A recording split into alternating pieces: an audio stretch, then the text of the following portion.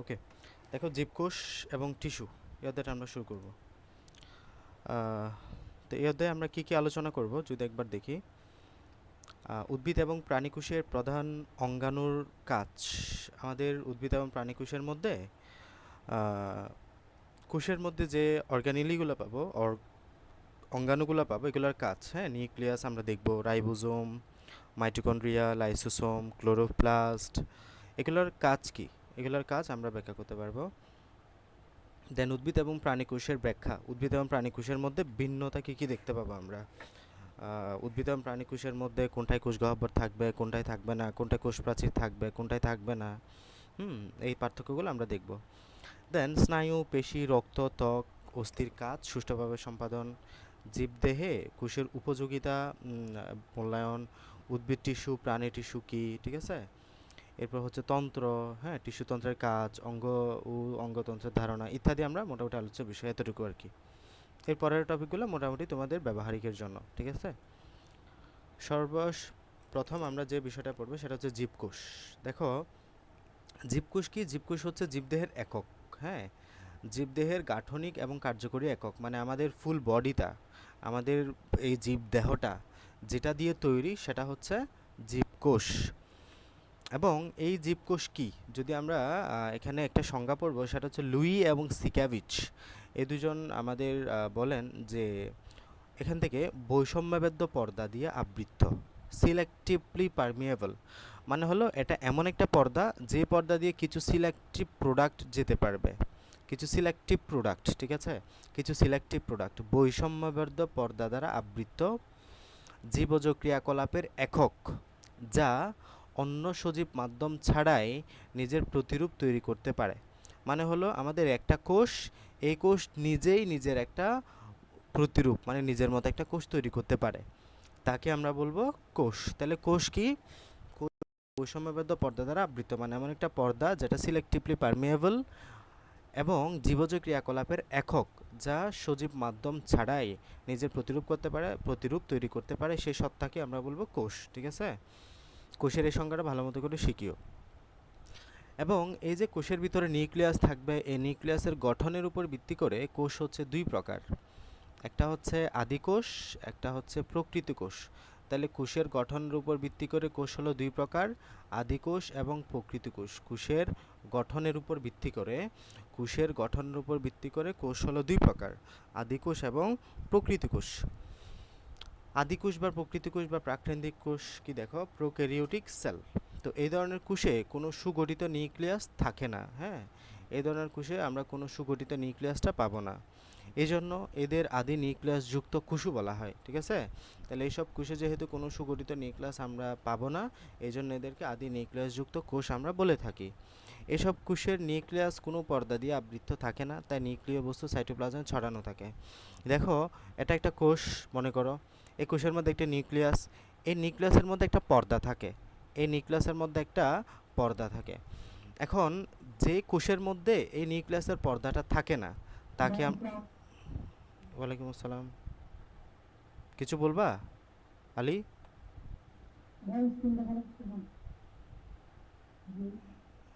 একটু পরে যাবে হয়তো, একটু ওয়েট করো, আসছে।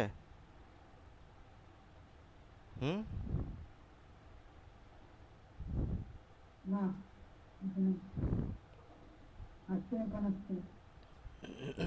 ওকে। তাহলে এই যে দেখো, এটা হচ্ছে আমাদের একটা কোষ, এই কোষের মধ্যে একটা নিউক্লিয়াস থাকে, এই নিউক্লিয়াসকে তোমার ঘিরে রাখে এমন একটা পর্দা থাকে। এই পর্দাটা যদি না থাকে, এই পর্দাটা যদি না থাকে, হ্যাঁ, এই যে কোনো পর্দা দিয়ে আবৃত থাকে না, একটা নিউক্লিয়াসকে ঘিরে রাখে যে পর্দা, এই পর্দাটা যদি না থাকে, তাহলে এখানে নিউক্লিয়াসের মধ্যে যে পদার্থগুলো থাকে তাকে আমরা বলি নিউক্লিয় বস্তু। এই নিউক্লিয়াসের মধ্যে থেকে এগুলো এখানে ছড়িয়ে ছিটিয়ে থাকবে না যদি এখানে পর্দাটা না থাকে। তাহলে এটাই বলছে যে এইসব কোষের নিউক্লিয়াস কোনো পর্দা দ্বারা আবৃত থাকে না, তাই নিউক্লিয় বস্তু সাইটোপ্লাজমে ছড়ানো থাকে। একটু ওয়েট করো তো।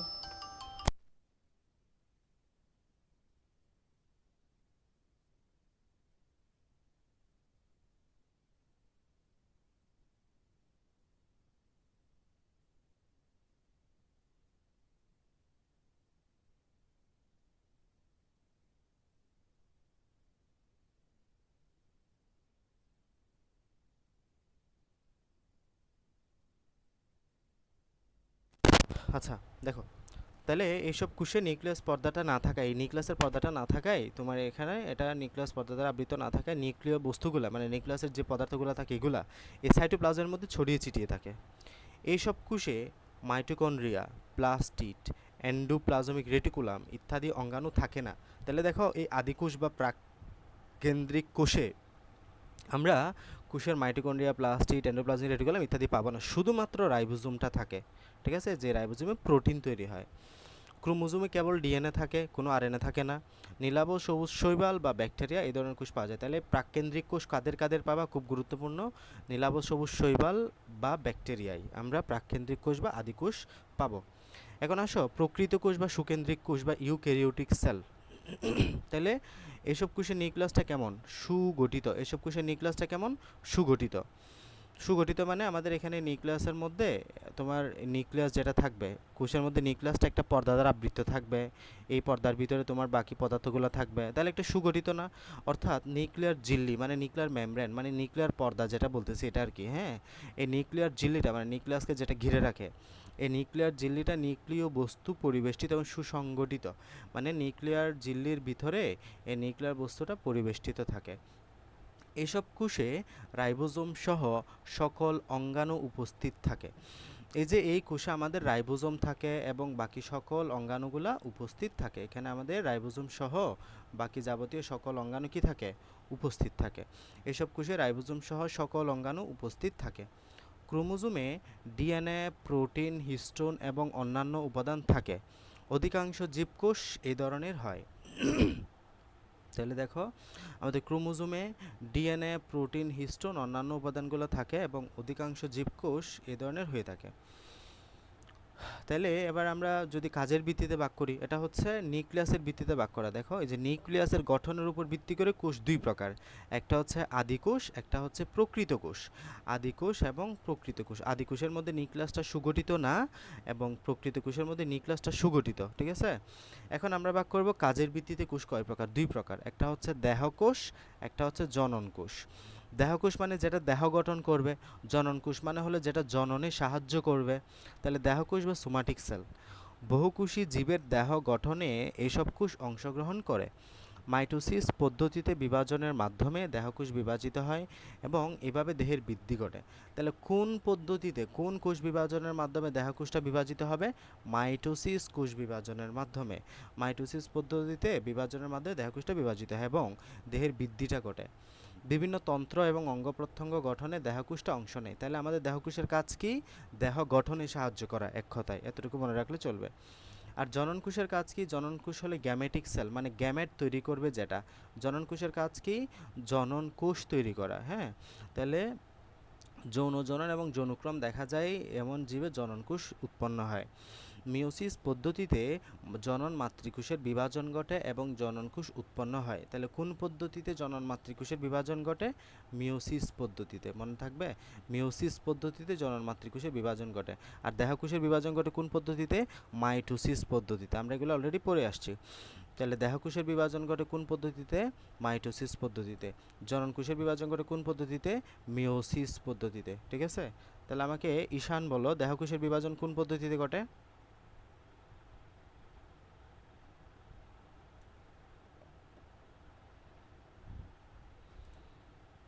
ঈশান ফার্স্ট, দেহকোষ কোন পদ্ধতিতে বিভাজন ঘটে।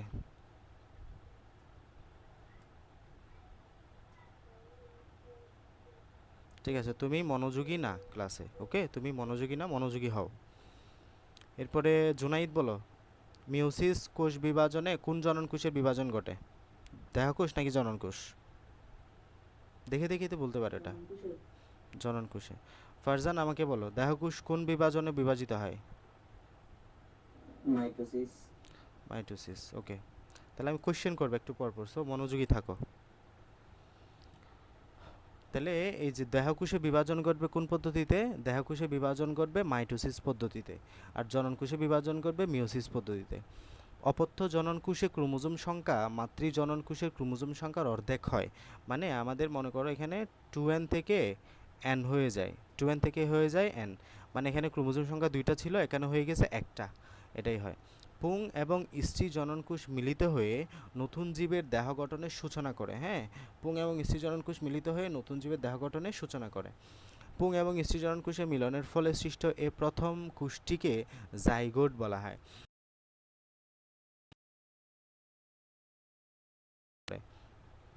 জাইগোট বরাবর বিভাজিত জীবদেহ, জাইগোটটা বারবার বিভাজিত হয়ে আমাদের জীবদেহটা গঠন করে। তো এটা হচ্ছে পরিচিতি। আমাদের টোটাল জীব কোষের প্রকারভেদ আমরা পড়লাম। কোষকে আমরা দুই ভাগে ভাগ করতে পারি। একটা হচ্ছে তোমার কোষের নিউক্লিয়াসের গঠনের উপর ভিত্তি করে কোষ দুই প্রকার। একটা হচ্ছে তোমার আদিকোষ। তাহলে কোষের নিউক্লিয়াসের গঠনের উপর ভিত্তি করে দুই প্রকার, আদিকোষ এবং প্রকৃত কোষী। হ্যাঁ, আদিকোষ এবং প্রকৃত কোষ। এবং আদিকোষের মধ্যে কারা কারা পাবো? নীলাভ, সবুজ, শৈবাল এবং ব্যাকটেরিয়া। প্রকৃত কোষের মধ্যে পাবো আমাদের অধিকাংশ জীবকোষ। এরপরে হচ্ছে তোমার কাজের উপর ভিত্তি করে দুই প্রকার, দেহকোষ এবং জননকোষ। ঠিক আছে, আমাকে আলী বলবা কাজের উপর ভিত্তি করে কোষ কত প্রকার ও কি কি?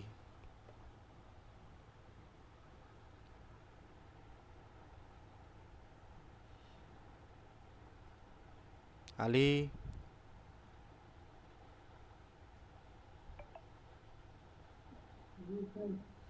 কাজের উপর ভিত্তি করে কোষ কত প্রকার ও কি কি?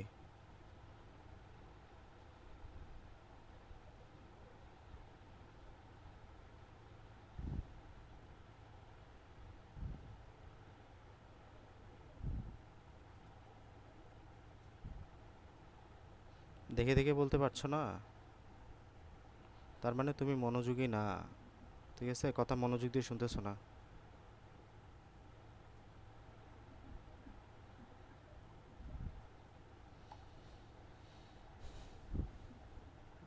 নাইমা বলো।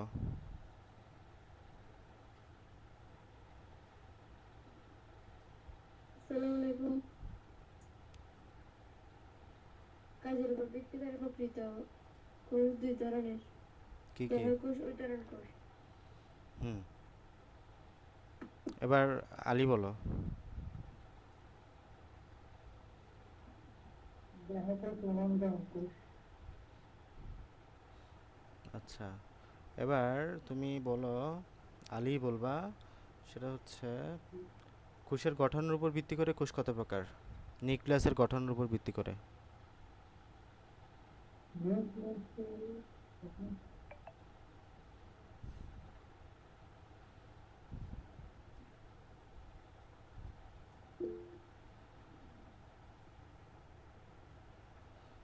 তুমি একদমই অমনোযোগী। হ্যাঁ, একদমই অমনোযোগী, তুমি শুনতেছো না।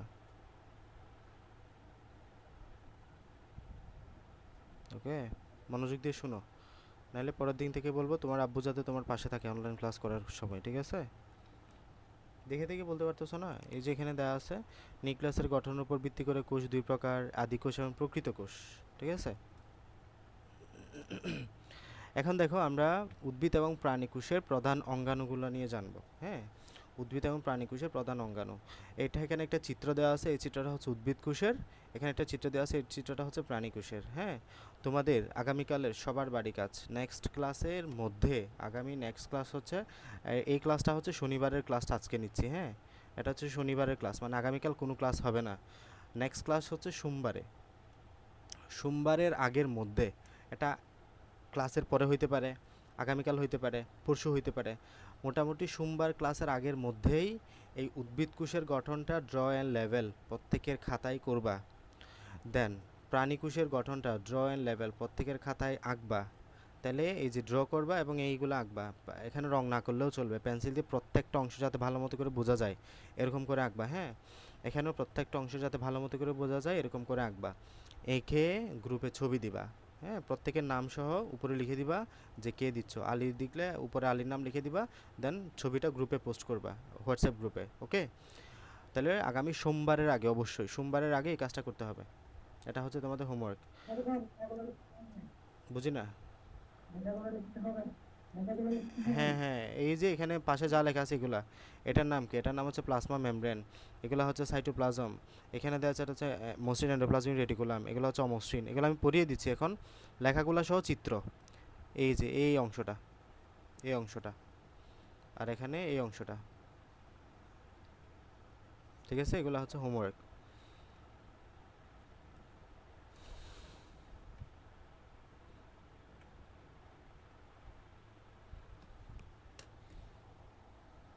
কেউ একজন স্ক্রিনশট নাও তো, এটা স্ক্রিনশট নিয়ে এটা রাখো।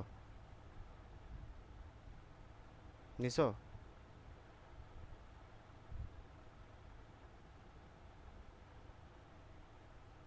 আলী একটা স্ক্রিনশট নাও, অথবা জোনায়েত।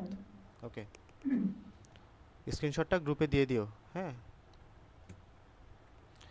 দেখো উদ্ভিদ এবং প্রাণীকোষের প্রধান অঙ্গাণু, তাহলে আমরা একটু অঙ্গাণুগুলোর পরিচয়টা দেখি। দেখো একবারে বাহিরে যেটা আছে, এক তোমার একদম বাহিরে যে লেয়ারটা দেখতে পাচ্ছ, এই যে লেয়ারটা একদম বাহিরে, ঠিক আছে, একদম বাহিরে যেটা দেখতে পাচ্ছ, এই যেটা, এটার নাম হচ্ছে কোষ প্রাচীর। এটার নাম কি? এটার নাম হচ্ছে কোষ প্রাচীর। ওকে, এই কোষ প্রাচীরটা শুধু এবং শুধুমাত্র উদ্ভিদ কোষে পাবো। কোথায়? শুধু এবং শুধুমাত্র উদ্ভিদ কোষে পাবো। তাহলে একদম বাহিরে যাকে দেখতে পাচ্ছ, একদম বাহিরে লেয়ার, এই যে লেয়ারটা, এই স্তরটা হলো তোমার কোষ প্রাচীর, এটা শুধুমাত্র উদ্ভিদ কোষে পাবো। এরপরে হচ্ছে কোষ প্রাচীরের নিচে যে লেয়ারটা পাবা, এই লেয়ারটা, এটার নাম হচ্ছে তোমার প্লাজমা মেমব্রেন। কোষ প্রাচীরের নিচে যেটা পাবা, এই যে এটার নাম কি?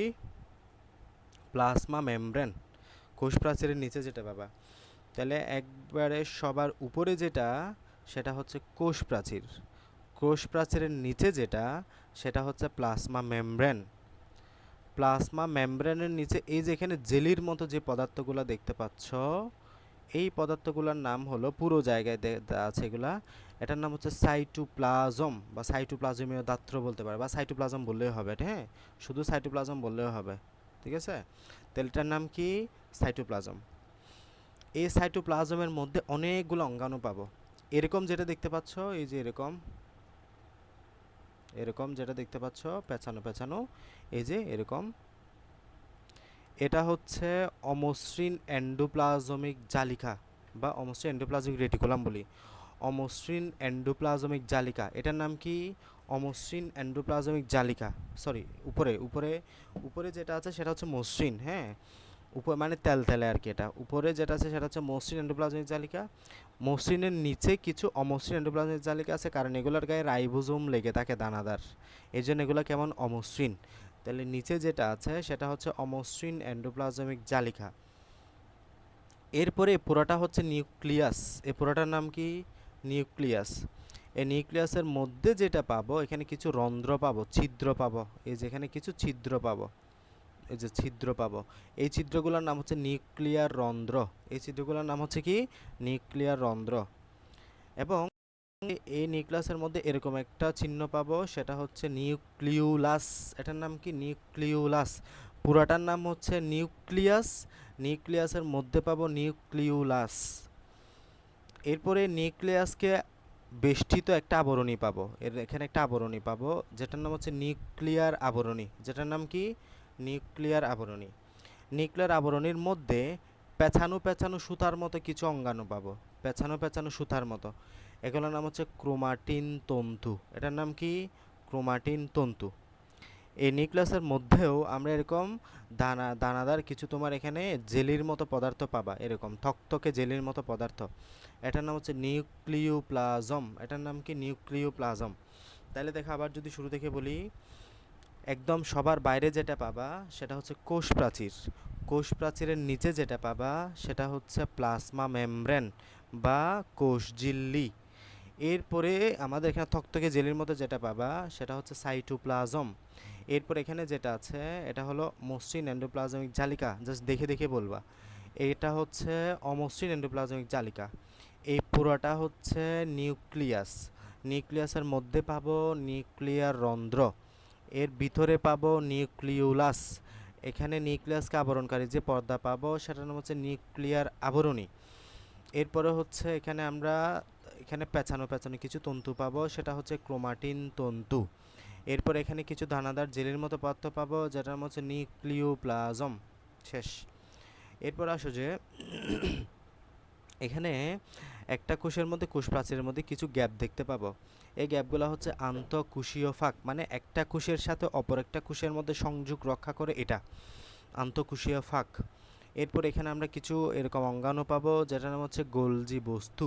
যেটার নাম কি গোলজি বস্তু বা গোলগি বডি বলা হয়। এটা হচ্ছে মাইটোকন্ড্রিয়া। আমরা পড়ছি না শ্বসনের সময় আমাদের ক্র্যাবস চক্র কোথায় হয়? মাইটোকন্ড্রিয়াতে হয়। এইখানে হচ্ছে এটা মাইটোকন্ড্রিয়া, ঠিক আছে? এটা কি মাইটোকন্ড্রিয়া, এটা একটা কোষীয় অঙ্গাণু। এই মাইটোকন্ড্রিয়ার অপর নাম কি? কোষের পাওয়ার হাউস। এটাকে বলা হচ্ছে কোষের পাওয়ার হাউস, কারণ এখানে এটিপি তৈরি হয়। এখানে কি তৈরি হয়? এটিপি তৈরি হয়, এই জন্য এটাকে কোষের পাওয়ার হাউস বলা হয়। তাহলে এটা হচ্ছে মাইটোকন্ড্রিয়া। এরপরে এর নিচে যেটা পাবা সেটা হচ্ছে ক্লোরোপ্লাস্ট। এটার নাম কি? ক্লোরোপ্লাস্ট। এবং এটা শুধুমাত্র উদ্ভিদ কোষে পাবা, প্রাণী কোষে আমরা ক্লোরোপ্লাস্ট পাই না, ঠিক আছে? তাহলে উদ্ভিদ কোষে আমরা এই পর্যন্ত দুটা বিষয় পড়ছি শুধুমাত্র, একটা হচ্ছে উদ্ভিদ ক্লোরোপ্লাস্ট, একটা হচ্ছে কোষ প্রাচীর। তাহলে এখানে কি? এটা হচ্ছে ক্লোরোপ্লাস্ট। এই ক্লোরোপ্লাস্টের সহায়তায় উদ্ভিদ সালোক সংশ্লেষণ প্রক্রিয়ায় অংশগ্রহণ করে। এখানে যেটা পাচ্ছ এটা হচ্ছে লাইসোসোম। এটা কি? লাইসোসোম। বাস এতটুকুই।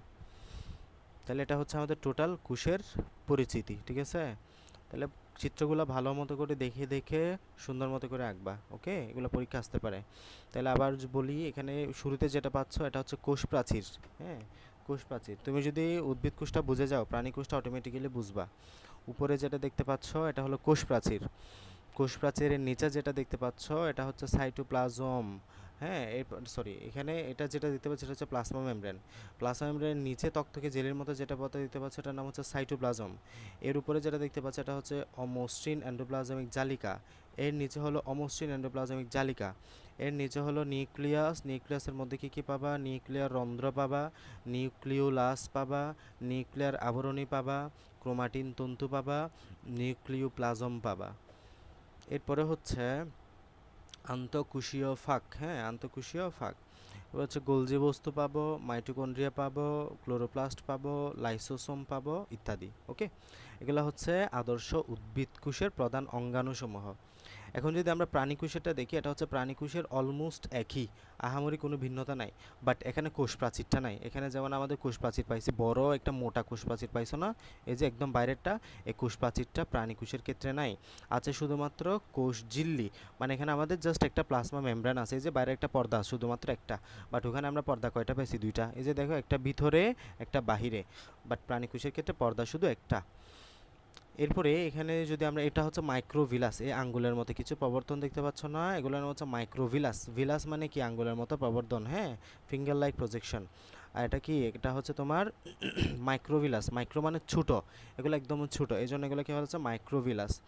এরপর এগুলো হচ্ছে এন্ডোপ্লাজমিক জালিকা, হ্যাঁ, বা রেটিকুলাম। এন্ডোপ্লাজমিক জালিকা বা রেটিকুলাম একই কথা। এটার নাম কি? রেড জালিকা। মূলত বাংলায় বললে কি বলবা? জালিকা বলবা। বাংলায় বললে জালিকা বলবা। এন্ডোপ্লাজমিক জালিকা। এটা হচ্ছে মসৃণ আর কি, মসৃণ এন্ডোপ্লাজমিক জেল। এটা হচ্ছে মাইটোকন্ড্রিয়া, যেটাকে আমরা কোষের পাওয়ার হাউস বলি। আর এখানে যেটা দেখতে পাচ্ছ এটা হলো তোমার কোষের গোলজি বস্তু বা গোলগি বডি। এবং এখানে যেটা দেখতে পাচ্ছ এটা হচ্ছে সেন্ট্রোসোম। হ্যাঁ, আর এটা হচ্ছে পুরোটা নিউক্লিয়াস।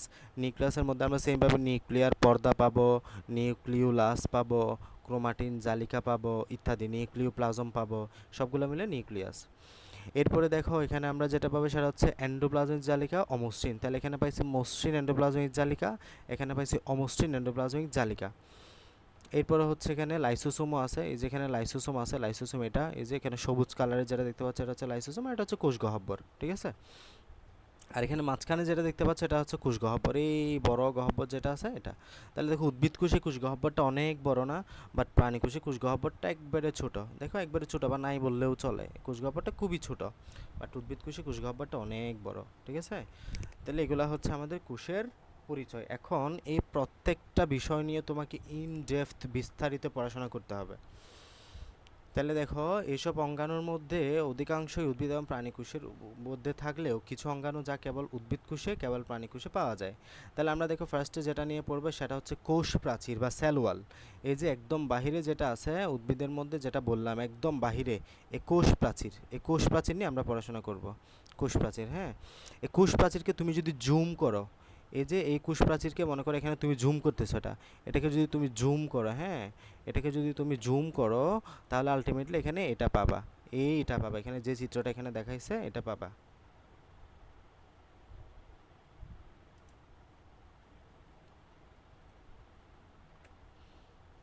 উম,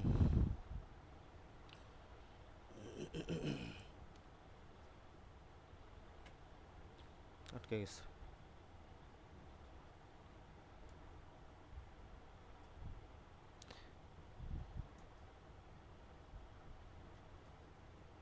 কই চলে গেল? দেখো এটাকে যদি তুমি জুম করো, হ্যাঁ এই যেটাকে যদি জুম করো তাহলে এইটা পাবা। এটা এটা হচ্ছে তোমার কোষ প্রাচীর। এটার নাম কি? এটার নাম হচ্ছে কোষ প্রাচীর। ঠিক আছে, কোষ প্রাচীর। এই কোষ প্রাচীরটা আমরা যদি জুম করি তাহলে এরকম পাবো, এরকম পাবো, তোমার এরকম পাবো, এরকম।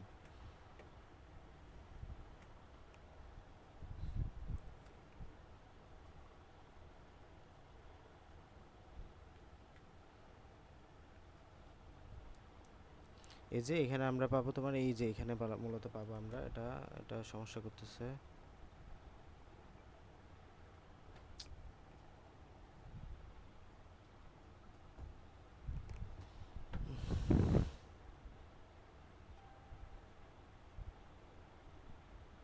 দেখো এই যে এটা হচ্ছে কোষ প্রাচীর, এটা হচ্ছে মূলত কোষ প্রাচীর। এইটা এটা হচ্ছে কোষ প্রাচীর, এবং এটাকে যদি আরো জুম করো তুমি এই অংশটা পাবা। এখানে একদম তুমি মধ্যপর্দা পাবা, এটা প্রাথমিক প্রাচীর পাবা। এই যে এটা হচ্ছে প্রাথমিক বহিঃস্তর, এটা হচ্ছে মধ্যস্তর, এটা হচ্ছে অন্তঃস্তর, গৌণ প্রাচীর। হ্যাঁ, এগুলো সবগুলো গৌণ প্রাচীর। তাহলে এটা হচ্ছে কোষ প্রাচীরের আণুবীক্ষণিক চিত্র। তুমি যদি অনুবীক্ষণ যন্ত্র দিয়ে দেখো তাহলে এগুলো দেখতে পাবা। তাহলে দেখো কোষ প্রাচীরে কী কী পাবো। কোষ প্রাচীর উদ্ভিদ কোষের একটি অন্যতম গুরুত্বপূর্ণ বৈশিষ্ট্য। এটা মৃত বা জড়বস্তু দিয়ে তৈরি। ঠিক আছে, কোষ প্রাচীর, প্রাণী কোষে কোষ প্রাচীর থাকে না, মনে রাখতে হবে। তাহলে দেখো আমাদের দেহে কি কোষ প্রাচীর থাকে? নিশ্চয়। আমি কিন্তু একটু পরে কোশ্চেন করবো, সো ভালো মতো করে মনোযোগ দিয়ে শোনো। প্রাণী কোষে কোনো কোষ প্রাচীর থাকে না, মানে হলো আমাদের কোষে, আমরা প্রাণী না, তাহলে আমাদের কোনো কোষে কোনো রকম কোনো কোষ প্রাচীর নাই। প্রাণী কোষে কোনো কোষ প্রাচীর থাকে না। কোষ প্রাচীরের রাসায়নিক গঠন বেশ জটিল। এতে কি কি থাকে? Cellulose, hemicellulose, lignin, pectin, suberin নামক রাসায়নিক পদার্থ এখানে থাকে। তাহলে কোষ প্রাচীরের মধ্যে আমরা সেলুলোজ, হেমিসেলুলোজ ইত্যাদি রাসায়নিক পদার্থ পাবো। তবে ব্যাকটেরিয়ার কোষ প্রাচীর প্রোটিন, লিপিড এবং পলিস্যাকারাইড দিয়ে, এবং ছত্রাকের কোষ প্রাচীর কাইটিন দিয়ে তৈরি। প্রত্যেকটা লাইন গুরুত্বপূর্ণ। তাহলে ব্যাকটেরিয়ার কোষ প্রাচীর কী কী দিয়ে তৈরি? তাহলে স্বাভাবিক কোষ প্রাচীর কী কী থাকে? স্বাভাবিক কোষ প্রাচীর আমরা দেখলাম এই যে cellulose, hemicellulose, lignin, pectin, suberin নামক ইত্যাদি রাসায়নিক পদার্থ থাকে। ব্যাকটেরিয়ার কোষ প্রাচীরে প্রোটিন, লিপিড, পলিস্যাকারাইড ইত্যাদি থাকে। ঠিক আছে, protein, lipid, polysaccharide, protein, lipid, polysaccharide. ঠিক আছে, ছত্রাকের কোষ প্রাচীরে কাইটিন দিয়ে তৈরি। ছত্রাকের কোষ প্রাচীর কি? কাইটিন দিয়ে তৈরি। প্রাথমিক কোষ প্রাচীরটা এক স্তর বিশিষ্ট। এই যে এখানে যদি দেখো প্রাথমিক কোষ প্রাচীরটা কেমন, এই যে প্রাথমিক কোষ প্রাচীরটা হলো এক স্তর বিশিষ্ট। এই যে এখানে যেটা আছে এটা হলো প্রাথমিক কোষ প্রাচীর। এই প্রাথমিক কোষ প্রাচীরটা এক স্তর, এখানে একটা স্তর থাকবে শুধু। এবং মধ্যপর্দার উপর প্রোটোপ্লাজম থেকে নিঃসৃত কয়েক ধরনের রাসায়নিক দ্রব্য জমা হয়ে ক্রমশ গৌণ প্রাচীরের সৃষ্টি হয়। মনে রাখবা এখানে কি পাবো আমরা? গৌণ প্রাচীর পাবো। এই যে এটাকে যদি তুমি আরো জুম করে, এইগুলো হচ্ছে গৌণ প্রাচীর অংশ, ভিতরের দিকে একটু ভিতরে দিয়ে এইটা, দেন এইটা, দেন এইটা, এগুলো হচ্ছে সব গৌণ প্রাচীরের অংশ। গৌণ প্রাচীরের মধ্যে তিনটা স্তর পাবা, বহি, মধ্য এবং অন্তঃস্তর। বহিঃস্তর, মধ্যস্তর এবং অন্তঃস্তর। ঠিক আছে, এই প্রাচীরের মাঝে কিছু ছিদ্র থাকে যাকে কুফ বলা হয়। দেখো এই যে এগুলা হচ্ছে এক একটা কুফ, এইগুলা এক একটা কি? কুফ। এগুলা এক একটা ছিদ্র না, এই ছিদ্রগুলোকে বলা হচ্ছে কুফ। কুশ প্রাচীরের কাজ কি? তুমি এখানে উপর থেকে কিচ্ছু না পড়ো, তবে কাজটা পড়তে হবে। কুশ প্রাচীরের কাজ হলো কুশকে দৃঢ়তা প্রদান করা, কুশের আকার এবং আকৃতি বজায় রাখা, এবং পাশের কুশের সাথে প্লাজমোডেসমাটা তৈরি করে সৃষ্টি করে যোগাযোগ রক্ষা করা, এবং পানি এবং খনিজ লবণ চলাচল নিয়ন্ত্রণ করা। ঠিক আছে, তাহলে কাজ কি? আকার আকৃতি, মানে কুশের একটা শেপ দেওয়া। ঠিক আছে, পাশের কুশের সাথে যোগাযোগ রক্ষা করা, প্লাজমোডেসমাটা তৈরি করে ইত্যাদি, পানি এবং খনিজ লবণ চলাচল নিয়ন্ত্রণ করা। ওকে, তাহলে আমাকে এখন আলী বলবা ছত্রাকের কোষ প্রাচীর কি দিয়ে তৈরি?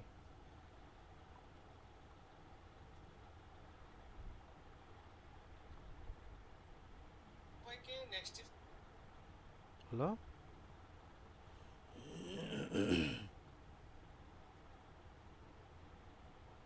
আলী? প্রায় এক প্রাচীর কোষ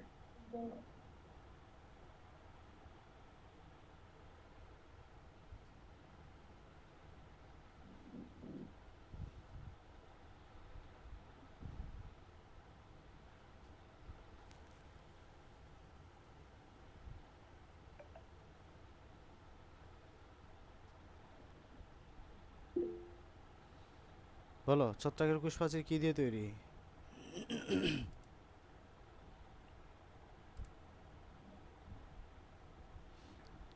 কেন দেখতেছো না তুমি? দেখে দেখে বলো।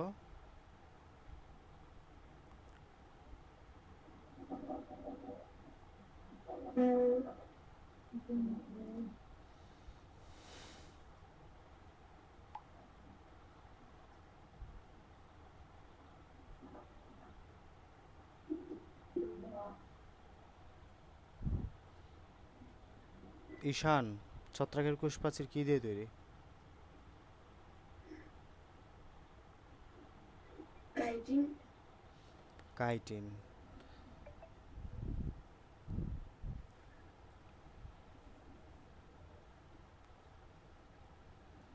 এরপরে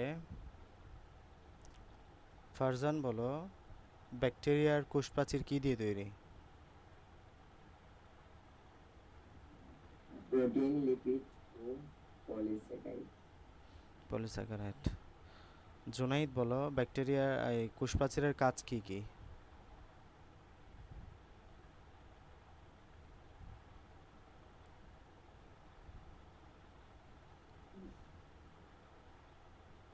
হুম, কোষ প্রাচীরের কাজ, কোষ প্রাচীরের কাজ কি? ব্যাকটেরিয়ার না না, কোষ প্রাচীরের কাজ, এখানে তো কাজই বলছিলাম।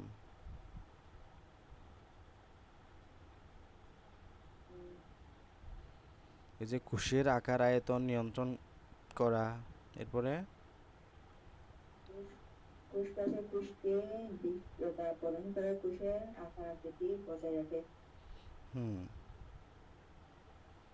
তারপর প্লাজমোডেসমাটা সৃষ্টি করে পাশাপাশি কোষের সাথে সৃষ্টি করে, পুষ্পের মাধ্যমে যোগাযোগ রক্ষা করে এবং পানি ও খনিজ লবণ চলাচল নিয়ন্ত্রণ করে। হুম। আলী, তোমার পরিস্থিতি ভালো না, হ্যাঁ, তুমি ক্লাসে একদমই মনোযোগী না। ওকে, তুমি যদি এভাবে হতে থাকো তাহলে তোমার পরিবারকে নক করা হবে, ইনফর্ম করা হবে এটা, হ্যাঁ, মনোযোগী হও। দেখে দেখে বলতে পারতেছো না? এই যে ছত্রাকের কোষ প্রাচীর কাইটিন দিয়ে তৈরি, দেখে দেখে বলতে পারতেছো না? এবার আসো প্রোটোপ্লাজম। প্রোটোপ্লাজম নিয়ে যদি আমরা একটু দেখি, প্রোটোপ্লাজমে কি কি পাবা? প্রোটোপ্লাজম কোনটা? কোষের ভিতরে যে অর্ধস্বচ্ছ তক্তকে জেলির মতো বস্তু থাকে সেটা হচ্ছে প্রোটোপ্লাজম, হ্যাঁ। কোষ ঝিল্লি দিয়ে ঘেরা সব কিছুই প্রোটোপ্লাজম, এমনকি কোষ ঝিল্লি নিজেও প্রোটোপ্লাজমের অংশ। এগুলো একটু বুঝতে হবে, হ্যাঁ। দেখো, এই কোষ ঝিল্লির ভিতরে, মানে এটা মনে রাখিও, হ্যাঁ, কোষ ঝিল্লির ভিতরে তুমি যা যা পাবা, এটা এরকম করে মনে রাখবা। এই যে কোষঝিল্লির ভিতরে, এটা হচ্ছে কোষঝিল্লি, কোষঝিল্লির ভিতরে তুমি যা পাবা সব কিছুই প্রোটোপ্লাজম। কোষঝিল্লির ভিতরে তুমি যা পাবা সব কিছুই প্রোটোপ্লাজম, সব কিছুই কি? প্রোটোপ্লাজম, হ্যাঁ। কোষঝিল্লির ভিতরে তুমি যা যা পাবা সব কিছুই প্রোটোপ্লাজম। ইভেন কোষঝিল্লি নিজেও প্রোটোপ্লাজমের অংশ। তাহলে কোষঝিল্লির ভিতরে যা যা পাবো সব কিছুই প্রোটোপ্লাজম, এখানে যা যা আছে সব। এই প্রোটোপ্লাজম থেকে তুমি যদি নিউক্লিয়াসটা বাদ দিয়ে দাও, আবারও বলতেছি, কোষঝিল্লি থেকে যদি নিউক্লিয়াসটা বাদ দিয়ে দাও, যেটা পাবা সেটার নাম হচ্ছে সাইটোপ্লাজম। এগুলো মনে রেখো। তাহলে কোষঝিল্লির ভিতরে যা যা আছে সব হলো প্রোটোপ্লাজম। এই কোষঝিল্লি থেকে, প্রোটোপ্লাজম থেকে তুমি যদি নিউক্লিয়াসটা বাদ দিয়ে দাও, যেটা পাবা সেটার নাম হচ্ছে সাইটোপ্লাজম হয়ে যাবে, ঠিক আছে? এটা মাথায় রেখো। তাহলে কোষের ভিতরে যে অর্ধস্বচ্ছ, এটা কেমন অর্ধস্বচ্ছ তক্তকে জেলির মতো যে বস্তুগুলো থাকে এটার নাম প্রোটোপ্লাজম, এবং কোষঝিল্লি নিজেও প্রোটোপ্লাজম। কোষঝিল্লি ছাড়া এখানে রয়েছে সাইটোপ্লাজমীয় অঙ্গাণু এবং নিউক্লিয়াস। তাহলে দেখো, আমরা যদি এখন কোষঝিল্লি নিয়ে পড়ি, এখানে কোষ প্রাচীরের পরে যেটা আছে এটার নাম হচ্ছে কোষঝিল্লি। এই যে এর ভিতরে যেটা আছে এটার নাম হচ্ছে কি? কোষঝিল্লি। মানে কোষকে আবর্তন করেছে যে ঝিল্লি, তার নাম কোষঝিল্লি। তাহলে প্রোটোপ্লাজমের বাইরে দুই স্তরের যে স্থিতিস্থাপক পর্দা থাকে তাকে কোষঝিল্লি বা প্লাজমা লেমা বা প্লাজমা মেমব্রেন বলা হয়। তাহলে কোষঝিল্লির অপর নাম কি? Plasma lemma. আমি এক্ষুনি জিজ্ঞেস করব, কোষঝিল্লির অপর নাম হচ্ছে প্লাজমা লেমা বা প্লাজমা মেমব্রেন, তাহলে কোষঝিল্লির অপর নাম হচ্ছে প্লাজমা লেমা বা প্লাজমা মেমব্রেন। কোষঝিল্লির বাজকে মাইক্রোভিলাই বলা হয়। এই যে কোষঝিল্লিগুলো এরকম থাকে, অনেক সময় এগুলো এরকম বাজ হয়ে যায়, বাজ, হ্যাঁ, আঙ্গুলের মতো অংশ সৃষ্টি করে, এগুলাকে বলা হচ্ছে মাইক্রোভিলাই। এগুলাকে কি বলা হয়? মাইক্রোভিলাই বা মাইক্রোভিলাস, এগুলাকে বলা হচ্ছে মাইক্রোভিলাই। হ্যাঁ, এই যে কোষঝিল্লি যখন এরকম আঙ্গুলের মতো বাজ হয়ে যায় তখন সেটাকে আমরা বলি মাইক্রোভিলাই। এটি প্রধানত লিপিড এবং প্রোটিন দিয়ে তৈরি। এই মাইক্রোভিলাসগুলো কি দিয়ে তৈরি? লিপিড এবং প্রোটিন দিয়ে তৈরি। কোষঝিল্লি একটি বৈষম্যবদ্ধ পর্দা হওয়ায় অভিস্রবণের মাধ্যমে পানি এবং খনিজ লবণ চলাচল নিয়ন্ত্রণ করে এবং পাশাপাশি কোষগুলোকে পরস্পর থেকে আলাদা করে রাখে। তাহলে দেখো, এই যে কোষঝিল্লিটা তোমার লিপিড এবং প্রোটিন দিয়ে তৈরি, হ্যাঁ, এবং এটা কোষঝিল্লি বৈষম্যবদ্ধ পর্দা। এটা কেমন? এটা হচ্ছে সিলেক্টিভলি পারমিয়েবল। বৈষম্যবদ্ধ পর্দা মানে হলো যেখানে আমাদের এখান থেকে তোমার শুধুমাত্র পানি যেতে পারবে, এখান থেকে শুধুমাত্র এই দিক দিয়ে শুধুমাত্র কি যেতে পারবে? পানি যেতে পারবে, পানি এবং খনিজ লবণ যেতে পারবে, বাকি কিচ্ছু যাইতে পারবে না। তাহলে এই পর্দাটা কেমন? এই পর্দাটা হচ্ছে বৈষম্যবদ্ধ পর্দা বা সিলেক্টিভলি পারমিয়েবল। বুঝতে পারছি এই পর্দাটা কেমন? এই পর্দাটা হচ্ছে বৈষম্যবদ্ধ পর্দা, ঠিক আছে? এটা সিলেক্টিভ, কিছু পদার্থ যাইতে যায় যেমন পানি, খনিজ লবণ ইত্যাদি, এছাড়াও আর কিছু যাইতে দিবে না। তাহলে এই যে এটা বৈষম্যবদ্ধ পর্দাতে আবৃত হয় ইত্যাদি নিয়ন্ত্রণ করে, পাশাপাশি কোষগুলোকে পরস্পর থেকে আলাদা করে রাখে। তাহলে এটুকু মনে রাখতে হবে, এটা হচ্ছে কোষঝিল্লির কাজ। তাহলে কোষঝিল্লির কাজ কি? পানি এবং খনিজ লবণ চলাচল নিয়ন্ত্রণ করা, কোষগুলোকে পরস্পর থেকে আলাদা করা, ঠিক আছে? এখন আমাকে আলী বলো, কোষঝিল্লি কি দিয়ে তৈরি? এখানে দেওয়া আছে।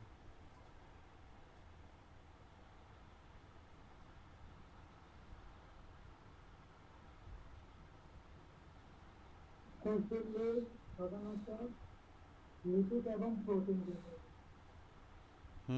লিপিড এবং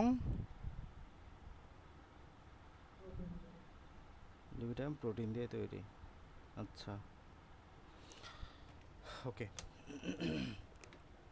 এরপরে আসো যে সাইটোপ্লাজমীয় অঙ্গাণুর মধ্যে আমরা কি কি পাবো? সাইটোপ্লাজমীয় অঙ্গাণুর মধ্যে আমরা তাহলে সাইটোপ্লাজমীয় অঙ্গাণু মানে কি? এখানে যেগুলো আমরা পাবো, এই যে এখানে অনেকগুলো অঙ্গাণু পাবো না, এগুলো হচ্ছে সব সাইটোপ্লাজমীয় অঙ্গাণু। এই যে এখানে রাইবোজোম, এখানে তোমার মাইটোকন্ড্রিয়া, এন্ডোপ্লাজমিক রেটিকুলাম বা জালিকা, নিউক্লিয়াস, মাইটোকন্ড্রিয়া, সবগুলো হলো তোমার এক একটা সাইটোপ্লাজমীয় অঙ্গাণু। তো আজকে আমরা ছোট্ট একটা অংশ পড়বো জাস্ট। এখানে দেখো সাইটোপ্লাজমীয় অঙ্গাণুর মধ্যে আমরা কি কি পাবো। আচ্ছা, আমরা এটা পরে পড়বো, হ্যাঁ, আপাতত এতটুকু রাখি কারণ এগুলো মোটামুটি বড় আছে। মাইটোকন্ড্রিয়াটা খুব গুরুত্বপূর্ণ, প্লাস্টিড, গোলজি বডি, এগুলো নেক্সট দিন পড়বো। তো আজকে এতটুকু ভালো মতো করে পড়ে এসো, হ্যাঁ, কারণ এটা খুব গুরুত্বপূর্ণ, এটা বুঝতে হবে। তাহলে তোমরা আগামীকাল নেক্সট ক্লাসের আগেই অবশ্যই এই উদ্ভিদ কোষের চিত্রটা এবং প্রাণী কোষের চিত্রটা এঁকে গ্রুপে পোস্ট করে দিবা, গ্রুপে দিয়ে দিবা, ঠিক আছে? নাম সহ দিও। আর এগুলো ভালো মতো করে পড়বা। আমি নেক্সট দিন এই জায়গাগুলো থেকে কোশ্চেন করব, কোষ প্রাচীর, প্রোটোপ্লাজম, কোষঝিল্লি, এই অংশ থেকে আমরা খুব অল্পটুকু পড়ছি, জাস্ট কোষের প্রকারভেদগুলো পড়ছি, কোষ প্রাচীর দুইটা চিত্র বুঝাইছি, দেন কোষ প্রাচীর, কোষঝিল্লি, প্রোটোপ্লাজম, এই তিনটা অংশ পড়ছি। ওকে, এতটুকুতে কারো কোনো সমস্যা আছে? জান্নাতুল নাইম, তুমি কি বুঝতে পারছো সব কিছু? জি। ওকে, ঠিক আছে, তাহলে ভালো করে পড়ে রেখো। আমাদের ক্লাস আজকে এতটুকুই। নেক্সট ক্লাস তোমাদের সোমবারে, মনে রেখো সোমবারে, হ্যাঁ, সোমবারের আগে তোমরা এগুলো গ্রুপে পোস্ট করে দিবা একে। ঠিক আছে, তাহলে রাখছি, হ্যাঁ, আসসালামু আলাইকুম।